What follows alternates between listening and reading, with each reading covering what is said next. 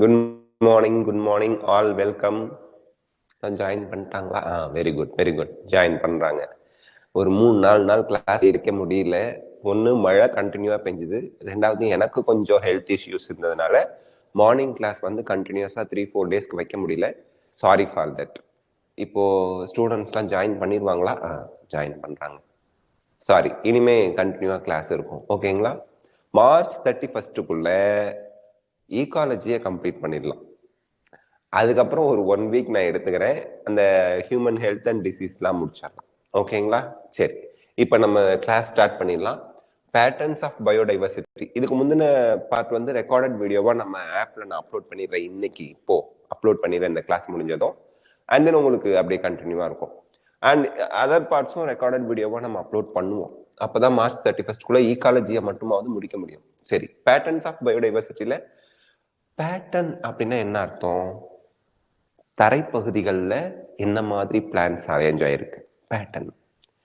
அதுக்கப்புறம் கொஞ்சம் தண்ணி அதிகமா இருக்கிற இடத்துல எப்படி பிளான்ஸ் அரேஞ்ச் ஆயிருக்கு, diversity, different types of organisms, என்னென்ன ஆர்கானிசம்ஸ் இருக்கு.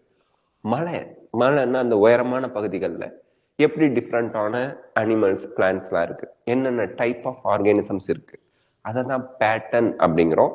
அந்த பேட்டர்ன் வந்து இடத்துக்கு தகுந்த மாதிரி எப்படி மாறுது அப்படிங்கிறதையும் பார்க்க போறோம். First லாட்டிடியூடினல் gradients. கிரேடியன்ஸ் அப்படின்னாலே ஒரு இடத்துல ஜாஸ்தியா இருக்கு, இன்னொரு இடத்துல கம்மியா இருக்கு. அந்த டிஃபரன்ஸை தான் நம்ம, வித்தியாசத்தை தான் கிரேடியன்ஸ் அப்படின்னு சொல்லுவோம். வித்தியாசத்தை தான் கிரேடியன்ஸ் அப்படிமோ.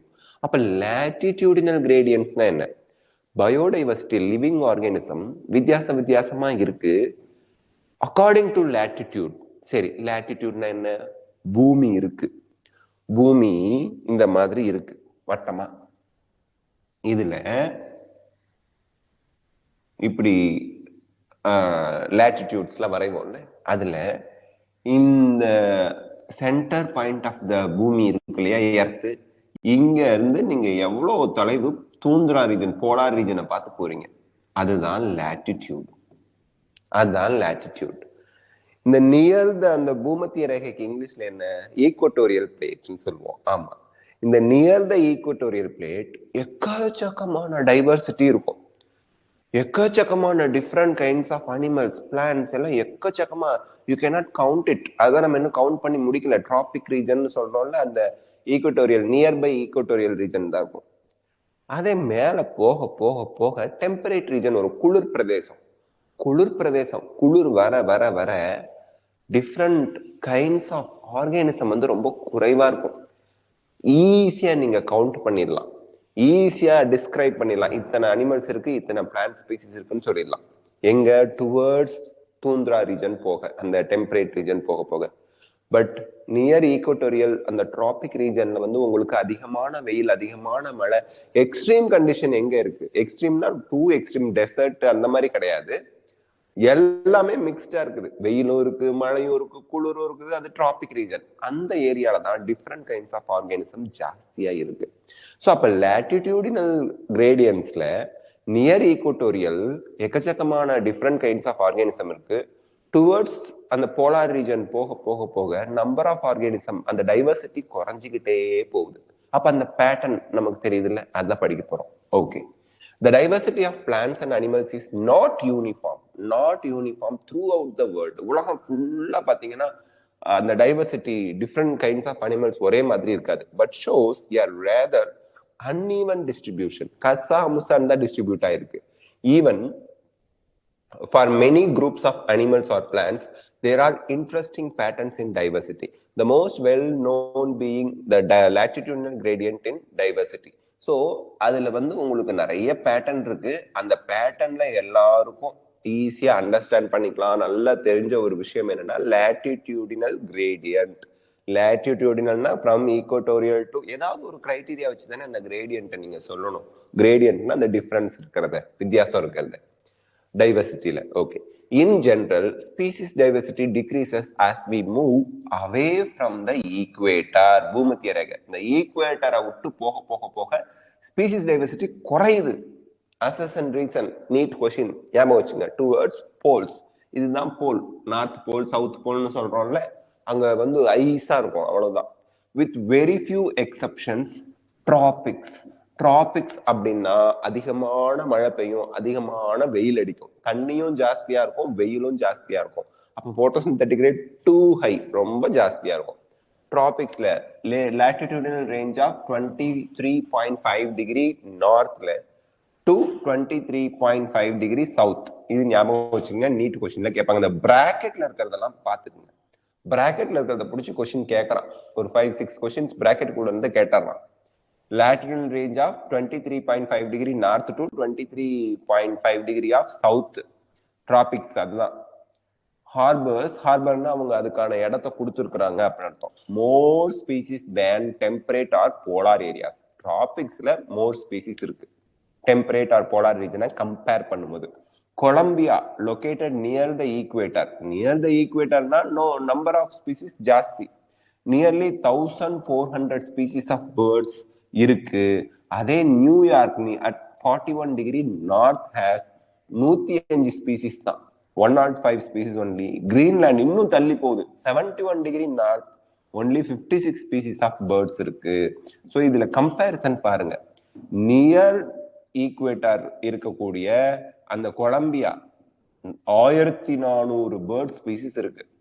41 டிகிரி நார்த் போயிட்டா 105 டிகிரியா நியூயார்க்ல, சாரி 105 ஸ்பீசிஸா நியூயார்க்ல. 1400 எங்க இருக்கு, 105 எங்க இருக்கு, நியூயார்க்ல குறைஞ்சிருது.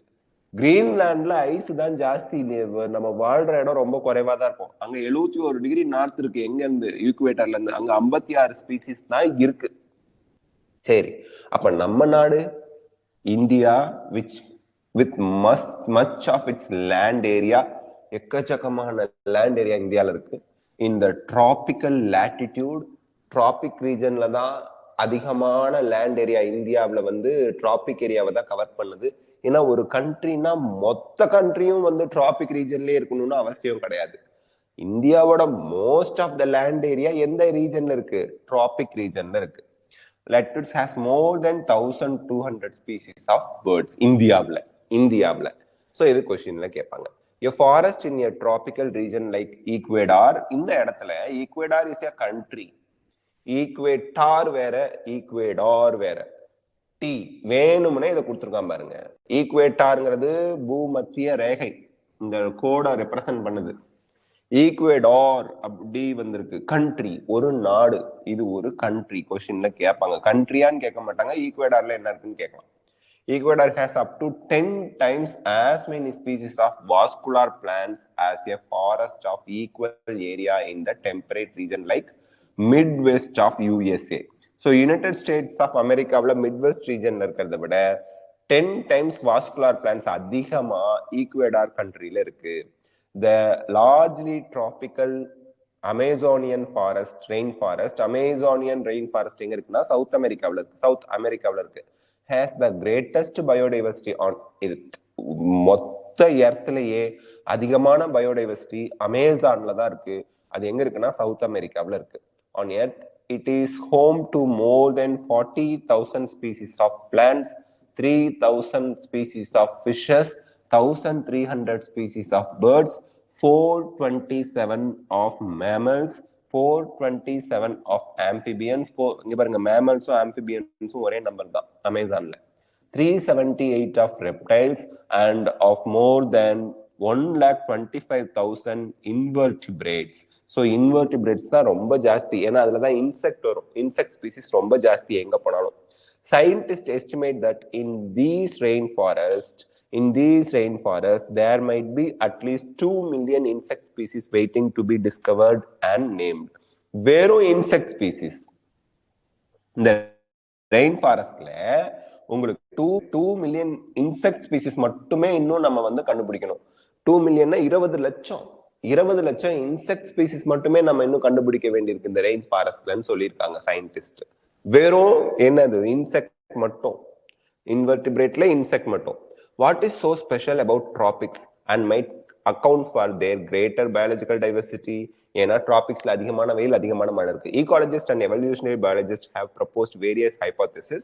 Some important ones are as speciation, formation of new species is generally a function of time.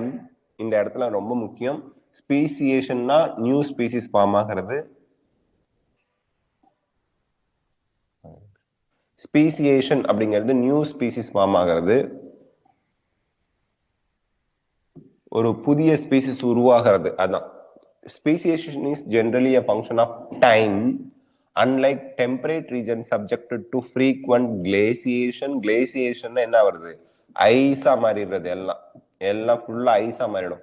In the past, tropical latitudes have remained relatively undisturbed for millions of years, and thus இது என்ன சொல்றாங்க, tropical region வந்து undisturbed, எந்த ஒரு பிரச்சனையும் நடக்கல, தண்ணியாவே இருந்துச்சு, நிலமாவே இருந்துச்சு, வெயில் அடிச்சது, மழை பெஞ்சது. எப்போ, பல லட்சம் வருஷமா, 1 மில்லியன்னா 10 லட்சம், பல 10 லட்சம் வருஷமா, மில்லியன்ஸ் ஆஃப் இயர்ஸ் உங்களுக்கு டிராபிக்கல் ரீஜன் வந்து அன்டிஸ்டர்ப்டா இருந்ததுனால நிறைய ஸ்பீசிஸ் உருவாயிடுச்சு. ஆனா டெம்பரேட் ரீஜன் வந்து கிளேசியேஷன்னா ஐஸா, ஃபுல்லா ஐஸா, அங்க இருக்க தண்ணி பூரா ஐஸா மாறிடும். அப்புறம் திருப்பியும் நல்லா இருக்கும், திருப்பி ஐஸா மாறிடும். அதனால அங்க வந்து உங்களுக்கு டைம் வந்து ரொம்ப கம்மியா இருந்துச்சு ஸ்பீசிஸ் எல்லாம் ஃபார்ம் ஆகிறதுக்கு. அதனால டெம்பரேட் ரீஜன்ல கம்மியான ஸ்பீசிஸும் டிராபிக்கல் ரீஜன்ல அதிகமான ஸ்பீசிஸும் இருக்கிறதுக்கு காரணம், டிராபிக்கல் ரீஜன் வந்து அன்டிஸ்டர்ப்டா பல மில்லியன் வருஷம் இருந்ததுதான். Okay, so tropical region had a long evolutionary time for species diversification. Second reason என்ன, டைம் ஃபர்ஸ்ட். ரெண்டாவது, tropical environments unlike temperate ones. டெம்பரேட்னா குளிர்ச்சியான பகுதி, tropical environments are less seasonal. இந்த சம்மர், வின்டர், அப்புறம் ஆட்டம், சம்மர், வின்டர், அப்புறம் என்ன சொல்லுவாங்க, ஸ்ப்ரிங், இந்த மாதிரி சீசனல் சேஞ்சஸ் வந்து ரொம்பவே குறைவு தான் டிராபிக்கல் என்விரான்மெண்ட்ல. Relatively more constant and predictable. டிராபிக்ல வந்து நீங்க நிலையான டெம்பரேச்சர், நிலையான ஒரு வெதர் இருக்கும், ப்ரெடிக்ட் பண்ணலாம், இப்பதான் மழை பெய்யும் அப்படின்லாம் கரெக்டா சொல்லலாம். Such constant environments promote niche specialisation and lead to a greater species diversity. நிச்சயம்னா ஃபங்க்ஷனல் லிவிங் பிளேஸ், லிவிங் பிளேஸ்ல ஃபங்க்ஷனல் யூனிட்னு சொல்லுவோம். அந்த ஒரு ஆர்கானிசம் வளர்ற இடத்தோட ஃபங்க்ஷனல் பார்ட், அதான் நிச்சயம். வளர்ற இடம் தான், பட் அங்க எப்படி வந்து அந்த இடத்துக்கு தகுந்த மாதிரி அந்த ஆர்கானிசம் ஃபங்க்ஷனிங் ஆகுது, அதான் நிச்சயம். So niche speciation and lead to a greater species diversity. And third point, there is more solar availability. அதான் சொன்னோம் இல்லையா, அதிகமான வெயில், அதிகமான மழை டிராபிக்ஸ்னாலே. ஸோ சோலார் எனர்ஜி வந்து சன்லைட் ஜாஸ்தியா இருக்கும் டிராபிக்ஸ்ல, which contributes to higher productivity. Thus in turn might contribute indirectly to greater diversity. Productivity ஜாஸ்தியா இருந்தா diversity ஜாஸ்தி ஆயிடும் indirectly. ஸோ இன்டைரக்ட்லிங்கிற டேர்ம் கொடுத்துருக்காங்க, அந்த சோலார் ரேடியேஷன் ஜாஸ்தியா இருக்கிறதுனால, சோலார் எனர்ஜி அவைலபிலிட்டி அதிகமாக இருக்கிறதுனால. Next, species area relationships. இது ஒன்றும் இல்லை, சிம்பிளா நம்ம தெரிஞ்சுக்கலாம். அதாவது நீங்க உங்க வீட்டுல இருக்கிற ஸ்பீசிஸ் எத்தனைன்னு பாருங்க. உங்க வீட்டுக்குள்ள ஏரியா, குட்டி ஏரியா, நம்ம வீடு, மேபி நீங்க நாய், பெட் ஏதாவது வளர்க்கலாம், அப்படி இல்லைனாலும் பூச்சி, பல்லி இதெல்லாம் ஓடிட்டு இருக்கும், கரப்பாம்பூச்சி இருக்கும், எலி இருக்கும். அப்போ நம்ம இருக்கோம், எலி இருக்கு, இருந்தா இருக்கும், இல்லைன்னா இல்லைன்னு. பல்லி இல்லாம இருக்காது. மழை காலம் வந்தா வீட்டுக்குள்ள ஈசல் வந்துருது, குட்டி குட்டி பூச்சிங்கெல்லாம் ஓடுது, ஒடியாருது, எறும்பு இருக்கு ஸ்வீட் வச்சா. ஸோ கிட்டத்தட்ட less than or nearly 10 species நம்ம வீட்டுல இருக்கும். இன்னொரு 10 வீட்டை இன்க்ளூட் பண்ணுங்க, ஒரு கடைங்களெல்லாம் இன்க்ளூட் பண்ணுங்க. அவங்க பூனை வளர்க்கலாம், நாய் வளர்க்கலாம், மாடு வளர்க்கலாம், ஆடு வளர்க்கலாம். அப்ப ஸ்பீசிஸ் வந்து கிட்டத்தட்ட ஒரு 50 ரீச் பண்ணலாம். உங்க ஊரையே கால்குலேட் பண்ணுங்க, எக்கச்சக்கமான ஸ்பீசிஸ், நியர்லி 100 to 150 வரும். அப்படியே தமிழ்நாட்டை கால்குலேட் பண்ணுங்க, அது வந்து லட்சக்கணக்கில் வந்துடும். ஏன்னா வண்டலூர் ஜூலயே எவ்வளவு இருக்குது, ஈவன் தோ அது மேன் கேப்சர் பண்ணி வச்சிருந்தா கூட, ஊட்டி இருக்குது, முதுமலை ஃபாரஸ்ட் இருக்குது. ஸோ அப்படியெல்லாம் பார்த்தா எக்கச்சக்கமா வந்துடும். கரடி, யானை, புலி எல்லாம் இன்க்ளூட் ஆயிடும். அப்போ ஏரியா இன்க்ரீஸ் ஆக நம்பர் ஆஃப் ஸ்பீசிஸ் இன்க்ரீஸ் ஆகுது. ஆனா ஒரு குறிப்பிட்ட அளவுக்கு மேல ஏரியா இன்க்ரீஸ் ஆனா கூட நம்பர் ஆஃப் ஸ்பீசிஸ் இன்க்ரீஸ் ஆகாது. நான் தமிழ்நாடை தாண்டி கர்நாடகாவையும் இன்க்ளூட் பண்றேன். தமிழ்நாட்டுல என்ன ஸ்பீசிஸ்லாம் இருக்கோ அதான் கர்நாடகாவையும் இருக்க போகுது. ஆந்திராவையும் இன்க்ளூட் பண்ண போறேன், அங்கேயும் சேம் டைப்ஸ் ஆஃப் ஸ்பீசிஸ் தான் ரிப்பீட் ஆக போகுது. அப்படியே ஸோ தட் ஒரு பர்டிகுலர் ஏரியா இன்க்ரீஸ் ஆகிற வரைக்கும் நம்பர் ஆஃப் ஸ்பீசிஸ் இன்க்ரீஸ் ஆகும். அதுக்கு மேல இன்க்ரீஸ் பண்ணீங்கன்னா இந்த ஏரியால என்ன இருந்துச்சோ அதான் எல்லா ஏரியாலையும் இருக்க போகுது. அதுக்கப்புறம் ஸ்பீசிஸ் வந்து இன்க்ரீஸ் ஆகாது. இந்த பேசிக் கான்செப்ட் புரிஞ்சுக்கிட்டா இந்த டாபிக் ரொம்ப easy. Okay, so species area relationships. During his pioneering and extensive exploration in the wilderness of South American jungles, the great German naturalist and geographer Alexander von Humboldt question கேட்பாங்க. Alexander von Humboldt observed that within a region's species richness increased with increasing explored area. அதாவது இங்க என்ன சொல்றாங்க, ஒரு particular ரீஜன்ல நீங்க species richness வந்து அதிக, species ரிச்னஸ்னா நம்பர் ஆஃப் ஸ்பீசிஸ் ஜாஸ்தியா இருக்கு, இன்க்ரீசிங் எக்ஸ்ப்ளோர்ட் ஏரியா இன்க்ரீஸ் ஆக ஏரியா நீங்க வந்து எக்ஸ்ப்ளோர் பண்றாருன்னா போய் பாக்குறாரு, பார்க்க அதோட species richness number of species அதிகமாகிக்கிட்டே போகுது. But only up to a limit. நம்ம சொன்னோம்ல, வீட்டுல இருக்கிறத விட ஊர்ல ஜாஸ்தி, ஊர்ல இருக்கிறத விட தாலுக்கால ஜாஸ்தி, தாலுக்கா லெவலுக்கு விட டிஸ்ட்ரிக்ட் லெவல்ல பார்த்தா, உங்க வீட்டுல இருந்தே டிஸ்ட்ரிக்டோட இன்க்ளூட் பண்ணா அது ஜாஸ்தி, டிஸ்ட்ரிக்ட்ல இருந்து ஸ்டேட் பாத்தீங்கன்னா அதை விட ஜாஸ்தி. அப்புறம் போக போக அது மெயின்டைன் ஆயிடும் அந்த number. Up to a limit area increase ஆக number of species richness increase ஆகும் at certain limit. In fact, the relation between species richness and area for a wide variety of taxa, angiosperms, plants, birds, bats, freshwater fishes turns out to be a rectangular hyperbola. இது क्वेश्चनல கேட்பாங்க. rectangular hyperbola-ங்கிறது இந்த diagram தான். மேத்ஸ்லலாம் நீங்க படிச்சிருப்பீங்க. rectangular hyperbola கிடைக்கும். Okay. On a logarithmic scale, the relationship is straight line described by the equation log s equal to log c plus z log a, where s ங்கிறது species richness, a ங்கிறது area, z ங்கிறது slope of the line regression coefficient, c ங்கிறது y intercept. Okay. ecologists have இந்த diagram பாத்துக்கங்க. இந்த red கலர்ல இருக்க line இருக்கு இல்லையா, நமக்கு டயகிராம் கொஸ்டின் வந்தா பிளாக் அண்ட் ஒயிட்ல தான் வரும். இருந்தாலும் பாத்துங்க, இந்த லைன் ஸ்ட்ரெயிட்டா ஒரு லைன் போகுதா கிராஸா, அது log s is equal to log c plus z log a. அதுல ஏதாவது டிஸ்டர்பன்ஸ் வந்தா s equal to ca power z. ஓகேங்களா? கீழே இருக்கிறது ஏரியா, மேல போறது ஸ்பீசிஸ் ரிச்னஸ். ஏரியா இன்க்ரீஸ் ஆக ஸ்பீசிஸ் ரிச்னஸும் இன்க்ரீஸ் ஆகுது. ஞாபகம் வச்சுங்க. Ecologists have discovered that the value of z line in the range of 0.1 to 0.2 regardless of the taxonomic group or the region, whether it is the plants in Britain, birds in California, or mollusk in New York State, the slopes of the regression line are amazingly similar. இது கான்ஸ்டன்டா இருக்கு. z வந்து 0.1 இருந்து 0.2. எது z? இந்த z ன்னு போடுறாங்க இல்லையா, இது 0.1 to 0.2 தான் இருக்கு. அப்ப அது क्वेश्चनல கேட்பாங்க பாத்துங்க. நெக்ஸ்ட், அந்த taxonomic group என்ன வேணாம். But if you analyze the species area relationships among very large areas like the entire continents, Asia, Europe, and the மாதிரி, you will find that the slope of the line to be much steeper, z value in the range of 0.6 to 1.2. So இங்க என்ன சொல்றாங்க, ஒரு particular கண்ட்ரிக்கு நீங்க பார்க்கும்போது z வந்து 0.1ல இருந்து 0.2 இருக்கு. ஆனா ஒரு கான்டினென்ட் அது ரொம்ப பெரிய லெவலுக்கு ஏரியாவுக்கு போகும்போது 0.6 to 1.2 வருது. இது क्वेश्चनல கேட்பாங்க. For example, the frugivorous fruit eating birds, frugivorousனா fruit eating பழங்களை சாப்பிடுற birds வந்து and mammals in the tropical forest of different continents, the slope is found to be 1.15. ஏன் இது கான்டினென்ட் சொல்றாங்க? ஒரு கண்டம், கான்டினென்ட்ல நிறைய கண்ட்ரி இருக்கும் இல்லையா. What do steeper slopes means in this context? So steeper the slopes, number species richness ஜாஸ்தியா இருக்கும். அதுதான். The importance of species diversity to the ecosystem. சரி, இவ்வளோ ஸ்பீசிஸ் டைவர்சிட்டி இருக்கிறதுனால நமக்கு என்ன இம்பார்ட்டன்ட் அப்படிங்கறத பார்க்க போறோம். Does the number of species in a community really matter to the functioning of the ecosystem? ஒரு ecosystem பர்ஃபெக்ட்டா ஃபங்க்ஷனிங் பண்ணணும்னா அங்க நம்பர் ஆஃப் ஸ்பீசிஸ் உண்மையாலுமே இம்பார்ட்டன்ட்டா? This is a question for which ecologists have not been able to give a definitive answer. ஒரு இது சொல்லுவாங்க, தமிழ்நாட்டுல நம்ம ஊர்ல பறக்கிற பட்டாம்பூச்சிக்கும் அமெரிக்காவில் நடக்கக்கூடிய ஒரு பெரிய சூறாவளி காத்துக்கும் சம்பந்தம் இருக்கும் அப்படிம்பாங்க. என்னமோ ஒண்ணு. அந்த மாதிரி ஒரு ஸ்பீசிஸ் பண்ற ஒர்க்னால இன்னொருத்தவங்களுக்கு நிறைய ஹெல்ப்லாம் இருக்கு. எக்ஸாம்பிளுக்கு, பறவைகள் நிறைய இருந்தாதான் அது வயல்கள்ல இருக்கக்கூடிய விஷ புழுக்களை பிடிச்சி தின்றோம். ஸோ தட் உங்களுக்கு வந்து அந்த புழு வந்து என்ன பண்ணும், பிளான்ட் வளர்ற அந்த வேற அழிக்கக்கூடிய புழுக்கள்லாம் அந்த பூச்சி, அது பறவைகள் சாப்பிடும் போது புழுக்களோட ஸ்பீசிஸ், அந்த வோம்ஸ் இருக்குல்ல, அதோட நம்பர் வந்து கண்ட்ரோல்டா இருக்கும். பறவைகள்லாம் அழிஞ்சு போயிடுச்சுன்னா புழுக்களோட எண்ணிக்கை ஜாஸ்தி ஆயிடும். எங்க பார்த்தாலும் அந்த வோம்ஸா இருந்தா என்ன ஆகுறத ஒரு மாதிரி எனக்கு ஒரு மாதிரி இருக்கு சொல்றதுக்கே. சரி, என்ன பண்றது? சோ தட் ஒரு ஸ்பீசிஸை அழிச்சிட்டோம், இன்னொரு ஸ்பீசிஸ் ரொம்ப ஜாஸ்தி ஆயிடுச்சுன்னா எப்படி ஒன்னோட ஒன்னு இன்டர்லிங்க்டா இருக்கு.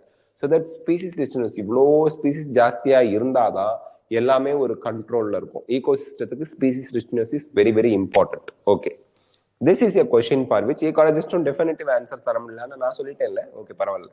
ஃபார் மெனி டிகேட்ஸ், பல ஒரு டிகேட்னா 10 வருஷம். For many decades, ecologists believe that communities with more species generally tend to be more stable. இதுதான் நான் சொன்னேனோ புக்ல இருக்க. ஸோ நிறைய ஸ்பீசிஸ் இருக்க கம்யூனிட்டி மோர் ஸ்டேபிளா இருக்கும். ஆமா. தென் தோஸ் வித் லெஸ் ஸ்பீசிஸ், கம்மியா இருக்க ஸ்பீசிஸை விட அதிகமான ஸ்பீசிஸ் எந்த கம்யூனிட்டியில இருக்கு அந்த கம்யூனிட்டி தான் மோர் ஸ்டேபிளா இருக்கும். கம்மியா இருக்க ஸ்பீசிஸ் இருக்க கம்யூனிட்டியே அழிஞ்சு போயிடும். அதுதான். What exactly is stability for a biological community? A stable community should not show too much variation in productivity. Productivityல வேரியேஷன் காட்டக்கூடாது. ஸ்பீசிஸ் ரிச்னஸ் நிறைய இருக்கு, ஆனா வேரியேஷன் ப்ரொடக்டிவிட்டியில இருக்கக்கூடாது. அதாவது ஒரு 1 இயர்ல எவ்வளவு ப்ரொடக்டிவிட்டி இருக்கு அது வந்து மெயின்டைன் ஆகிட்டே இருக்கணும் from year to year. It must be either resistant or resilient to occasional disturbances. ரெசிஸ்டன்ட்னா அதாவது ட்ரவுட் வருது, அல்லது வந்து ஒரு திடீர்னு மழை புயல்லாம் அடிக்குது, அதுக்கெல்லாம் எதிர்த்து தாங்கி இருக்கக்கூடியதா இருக்கணும். ரிசைலியன்ட் அப்படின்னா அதை அக்செப்ட் பண்ணிக்கக்கூடியதா இருக்கணும். ஸோ இது நேச்சுரல் கெலாமிட்டி, ஒகேஷனல் டிஸ்டர்பன்ஸ் நேச்சுரலா இருக்கலாம், இல்லை மேன்மேடா கூட இருக்கலாம். And it must also be resistant to invasions by alien species. Alien அப்படின்னாலே அந்த இடத்துக்கு சொந்தக்காரங்க கிடையாது, வேற ஊர்ல இருந்து கொண்டு வந்து இன்ட்ரடியூஸ் பண்ணிருக்காங்க. வேற ஊர்னா பக்கத்து ஊர் கிடையாது, வேற கண்ட்ரி வேற கான்டினென்ட்ல இருந்து கொண்டு வந்து வச்சாங்கன்னா அதுதான் ஏலியன் ஸ்பீசிஸ். அப்படி அது வந்துச்சு, அது இன்வேட் ஆனிச்சு, இன்வேட்னா பயங்கரமா ஸ்ப்ரெட் ஆனிச்சு, அதனால அழிஞ்சு போகக்கூடாது community. We do not know how these attributes are linked to species richness in a community, but David Tillman's long-term ecosystem experiment using outdoor plots provides some tentative answers. Tillman என்ன பண்ணாரு? Tillman found that plots with more species showed less year-to-year variation in total biomass. So சும்மா ஒரு கம்பியில ஒரு plot மாதிரி ஒரு ரெக்டாங்குலரா வச்சுக்குவாங்க, அதை ஒரு ஏரியா ஒரு இடத்துல போடுவாங்க, அதுல எத்தனை ஸ்பீசிஸ் இருக்குன்னு பார்ப்பாங்க. அதே போல இன்னொரு இடத்துல போய் போடுவாங்க, எத்தனை ஸ்பீசிஸ். எங்க அதிகமான ஸ்பீசிஸ் இருக்கு அங்க டிஸ்டர்பன்ஸ் கம்மி, எங்க கம்மியான ஸ்பீசிஸ் இருக்கு அங்க பயோமாஸ் அந்த இதுல வந்து நமக்கு கம்மியா தான் இருந்துச்சு, சாரி டிஸ்டர்பன்ஸ் அதிகமா இருந்துச்சு. So that year to year variation in total பயோமாஸ்ல அதிகமான ஸ்பீசிஸ் இருக்க இடத்துல கம்மியான வேரியேஷன், கம்மியான ஸ்பீசிஸ் இருக்க இடத்துல அதிகமான வேரியேஷன் இருந்துச்சு. ஹி ஆல்சோ, அதாவது ஸ்டெபிலிட்டி, ஸ்பீசிஸ் ரிச்னஸ் அதிகமா மோர் ஸ்பீசிஸ் இருந்தா ஸ்டெபிலிட்டி ஜாஸ்தி, நிலைப்புத்தன்மை ஜாஸ்தி. He also showed that in his experiments, increased diversity contributed to higher productivity. So diversity na different types of species ஜாஸ்தியா இருந்தா productivity ஜாஸ்தியா இருக்குன்னு கண்டுபிடிச்சாரு. Although we may not understand completely how species richness contribute to the well-being of an ecosystem, we know enough to realize that rich biodiversity is not only essential for ecosystem health, but imperative for the very survival of the human race on this planet. So கம்ப்ளீட்டா species richness டைரக்டா ஈகோசிஸ்டத்தோட ஸ்டெபிலிட்டிக்கு எப்படி ஹெல்ப்ஃபுல்லா இருக்கு தெரியாது, ஆனா human race வந்து survive ஆகிறதுக்கு species richness help பண்ணுது. At a time when we are losing species at an alarming pace, one might ask, does it really matter to us if a few species become extinct? So சில species அழிஞ்சு போயிடுச்சு அப்படின்னா அது நமக்கு இம்பார்ட்டண்டா, அதனால நமக்கு ஏதாவது ப்ராப்ளம் வருமான்னு கொஸ்டின் ரைஸ் ஆகலாம். Would Western Ghats ecosystem be less functional if one of its tree frog species is lost forever? So மரத்துல இருக்கக்கூடிய ஒரு ஃப்ராக் தவக்கல ஒரே ஒரு ஸ்பீசிஸ் அழிஞ்சு போயிடுச்சு அப்படின்னா, வெஸ்டர்ன் காட்ஸ்னா மேற்கு தொடர்ச்சி மலைகள், அதிகமான ரிச் வெஜிடேஷன் இருக்கு, நிறைய ஸ்பீசிஸ் ரிச்னஸ் இருக்கக்கூடிய ஏரியா இந்தியாவில், இந்த கேரளாவில இருந்து ஆரம்பிச்சு போகும். அங்க ஒரு மரத்துல இருக்கக்கூடிய ஒரு ஃப்ராக் எக்ஸ்டிங்க்ட் ஆயிடுச்சுன்னா அதனால ஏதாவது ப்ராப்ளம் வருமா அப்படிங்கிற ஒரு கேள்வி. How is our quality of life affected if, say, instead of 20,000 ant species, we have only 15,000 species of ants on Earth? So பூமியில 20,000 எறும்புகளுக்கு பதிலாக வெறும் 15,000 எறும்புகள் தான் இருக்கு, அந்த 5,000 ant ஸ்பீசிஸ் அழிஞ்சு போச்சுன்னா நமக்கு ஏதாவது பிரச்சனை, அதனால சைடு எஃபெக்ட் வருமா அப்படிங்கறதெல்லாம் கொஸ்டின். பட் இதுக்கு ஏதாவது டிஸ்டர்பன்ஸ் இருக்கும், அது அழிஞ்சு போனாதான் தெரியும். There are no direct answers. Direct answer இதுக்கெல்லாம் கிடையாது. To such name questions, இந்த மாதிரி confusing questions-க்குலாம் நமக்கு வந்து நமக்கு ஆன்சர் கிடையாது. But we can develop a proper perspective through an analogy, the Rivett-Popper hypothesis. வந்துட்டாரு Rivett-Popper. ரிவீட்னா என்ன அர்த்தம்னா, இப்போ ஒரு சேர் இருக்கு, அந்த சேர் அந்த இடத்துல இருந்து மூவ் பண்ணாம இருக்கிறதுக்கு அந்த சேரை வந்து நீங்க என்ன பண்றீங்க, இந்த ஸ்க்ரூ இல்ல ஏதாவது ஒண்ணு வச்சு அடிச்சிருங்க, ஆணி வச்சு அடிச்சிருக்கீங்க. ஸோ அந்த சேர் இனிமே மூவ் ஆகாது. அதான் ரிவிட். அப்போ ஏரோப்ளைன்ல இருக்கக்கூடிய ரெக்கை, ஏரோப்ளைன்ல இருக்கக்கூடிய சீட்ஸ், ஏரோப்ளைன்ல மேல பொருட்கள்லாம் வச்சுக்கோங்களா, அந்த இது மாதிரி அது எல்லாம் இந்த ஓட்டுறாங்க. Everything in aeroplane is connected with screw. திருக வச்சு திருகி ஸ்க்ரூ பண்ணி ரிவெட், நிறைய ரிவீட் போட்டு திருகி ஸ்ட்ராங்கா வச்சிருக்காங்க. ரிவீட் எடுத்துருவேன் அப்படின்னு சொல்லுவாங்க தெரியுமா திட்டும் போது. அதுதான் அந்த உங்க ஸ்க்ரூவை கலட்டிடுவோன்னு ஒருத்தால லூஸ் ஆயிடும். இங்க ஒரு ரிவீட் இருக்கு, இங்க ஒரு நமக்கு எல்லாம் கனெக்டட், லிம்ஸ் எல்லாம் connected to the axial phone system. அப்போ லிம்ஸ் கலட்டிடுவோன்னு அர்த்தம். கை காலம் முறிச்சிருவேங்கிறது தான் ரிவீட் அப்படின்னு சொல்லுவாங்க. ஓகே, அம்மா ரிவெட் பாப்பர் ஹைப்போதெசிஸ் அப்படிங்கிறது, பாப்பர்னா கலட்டி எடுத்து தூக்கி எரிஞ்சிடுறது. Used by Stanford ecologist Paul Ehrlich in an aeroplane. ஏர்பிளைன்னா அந்த பறக்குது இல்லையா, ஃபிளைட். ஈகோ சிஸ்டம் வந்து அதோட கம்பேர் பண்றாங்க. நம்ம ஈகோ சிஸ்டத்தை ஏர்பிளைனோட கம்பேர் பண்றாங்க. All parts are joint together using thousands of rivets. ஸோ நம்ம அந்த ரிவெட்டை வந்து எதோட இன்க்ரீஸ் இது பண்றோம், கம்பேர் பிராக்கெட்ல வரதெல்லாம் கம்பேரிசன். நம்ம ஈகோ சிஸ்டம் வந்து ஏர்பிளைன்னா ஈகோ சிஸ்டத்துல இருக்க ஒவ்வொரு ஸ்பீசிஸும் ஒவ்வொரு rivet. Okay, if every passenger travelling in it starts, நம்ம பேசஞ்சர்னா நம்ம ஹியூமன் பாப்புலேஷன், ஓகேங்களா, இன் இட் ஸ்டார்ட்ஸ் பாப்பிங், எடுத்துக்கிறாங்க, கலட்டிட்டு போறாங்க, a rivet to take home, causing a species to become extinct. So ஒரு ரிவீட் எடுத்துட்டு போனா ஒரு ஸ்பீசிஸ் அழிஞ்சு போயிருதுன்னு அர்த்தம். ஸோ நம்மளோட ஆக்டிவிட்டினால நம்ம ஒரு ஸ்பீசிஸை ஓவரா அடிச்சு மர்கையா பண்ணி வேக வச்சு தின்னுட்டோம்னு வச்சுக்கோங்க, எல்லாத்தையும் அழிச்சு சாப்பிட்டுட்டோம். இப்போ அது அடுத்த ஸ்பீசிஸே இல்லை, அந்த ஸ்பீசிஸ் அழிஞ்சு போச்சு. இப்படி ஒவ்வொரு ஸ்பீசிஸா அழிச்சுக்கிட்டு வரோம். ஸோ ஒவ்வொரு ரிவீட்டா அவங்க கலட்டிட்டு போறாங்க, ஒவ்வொரு பேசஞ்சரும். ஸோ ஒரு ரிவீட்டை கழட்டினீங்க அப்படின்னா அது வந்து அது அந்த ஒரு ரிவீட் வந்து ஒரு ஸ்பீசிஸ் எக்ஸ்டிங்க்ட் ஆயிடுச்சுன்னு அர்த்தம் ஈகோசிஸ்டத்தில், அதுக்கு equal. It may not affect flight safety. இப்போ ஒரு சேர் நீங்க உட்காந்து போறீங்க, அதுல இருந்து ஒரே ஒரு ரிவீட்டை கழட்டிடுறீங்க, ஆனா மீதி 3 கால் இருக்கு, அதெல்லாம் கனெக்டடா இருக்கு, லைட்டா ஆடலாம், ஆனாலும் அந்த சேர்ல உட்காந்து போகலாம். இந்த பஸ்ல எல்லாம் போனீங்கன்னா சில இதுல பின்னாடி சாஞ்சு போய் டொக்கா இருக்கும், எல்லாம் கடகடன்னு ஆடும். பட் அந்த கை வைக்கிற இடத்துல ஆடினாரா நமக்கு பிரச்சனை இல்லை, அட்ஜஸ்ட் பண்ணிட்டு போகலாம். அந்த மாதிரி தான் அந்த chair. It may not affect flight safety. Proper functioning of the ecosystem initially பாதிக்கல, ஒரு ஸ்பீசிஸ் 2 ஸ்பீசிஸ் போலாம். But as more and more rivets are removed, ஒவ்வொருத்தரா கழட்டிட்டு போறாங்க. சேர்ல உட்காந்து லொடக்குன்னு விழுந்துட்டா என்ன பண்றது, உட்காரவே முடியாது இல்ல. ஓகே, த பிளேன்னா ஏரோப்ளேன் தான், பிகம்ஸ் டேஞ்சரஸ்லி வீக். ரெக்கையில இருக்கிறத கழட்டிட்டு போயிட்டா, என்ஜின்ல இருக்கிறதெல்லாம் கழட்டிட்டு போனா இல்லை தட தடன்னு ஆடி புட்டுக்கிட்டு விழுந்துட்டா. Okay, over a period of time. Furthermore, which rivet is removed may also be critical. ஆமா, ரெக்கையில இருக்கிறத கழட்டிட்டு போயிட்டாங்கன்னா ரெக்கை பிச்சுக்கிட்டு போயிடுச்சுன்னா எப்படி பறக்கும், பறக்கவே பறக்காது.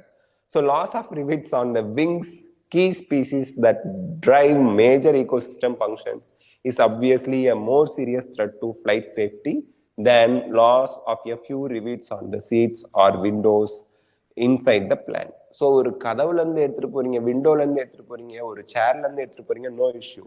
பட் ஆனா என்ஜின்ல இருந்து எடுத்துட்டு போயிருந்தீங்க இல்ல ரெக்கையில இருந்து எடுத்துட்டு போறீங்கன்னா ஃபிளைட்டே ஆக்சிடென்ட் ஆகி வெடிச்சு ஒன்றும் இல்லாமல் போயிடும். அதே போலதான் ஈகோ சிஸ்டத்துல கீ ஸ்பீசிஸ்ன்னு இருக்கு, இம்பார்ட்டன்ட் ஸ்பீசிஸ். ப்ரொடியூசர்ல ஒரு லார்ஜ் ட்ரீ இருக்காங்கன்னு வச்சுங்க, அதை பூரா அழிச்சிட்டோம்னா ப்ரொடக்டிவிட்டியே குறைஞ்சு போயிடும்ல, அப்போ ஃபங்க்ஷனிங் ஆஃப் ஈகோ சிஸ்டமே பாதிச்சிடும். ஸோ இதுதான் ரிவீட் பாப்பர் ஹைபோதெசிஸ், பால் எல்ரிச் சொன்னது. ஓகே, ஸோ நெக்ஸ்ட் நம்ம பார்க்கறது லாஸ் ஆஃப் பயோடைவர்சிட்டி. இது நம்ம நெக்ஸ்ட் பார்ட் வீடியோல பார்க்கலாம். ஓகேங்களா, கண்டினியூவா ரொம்ப படிச்சாலும் நமக்கு ஒரு மாதிரி ஆயிடும். லாஸ் ஆஃப் பயோடைவர்சிட்டி பார்த்துட்டு அதுக்கப்புறம் how do we conserve biodiversity, why do we conserve biodiversity அப்படிங்கிறதும் 2 பார்ட் வீடியோல இந்த சாப்டர் முடிச்சுட்டு அடுத்து என்விரான்மெண்டல் இஷ்யூஸ் சாப்டர் ஆரம்பிச்சிடலாம். Thank you so much, take care, see you, bye. நிறைய குழந்தைங்க இன்னைக்கு வரல, நம்ம 4 நாள் கிளாஸ் வைக்காம திடீர்னு காலையில கிளாஸ் வச்சா எப்படி குழந்தைங்களுக்கு தெரியும். பட் ரெக்கார்டட் வீடியோவா பார்த்துக்கோங்க. நாளைக்கு மார்னிங் கிளாஸ் இருக்கு. Thank you so much, bye care, bye, see you all. Thank you.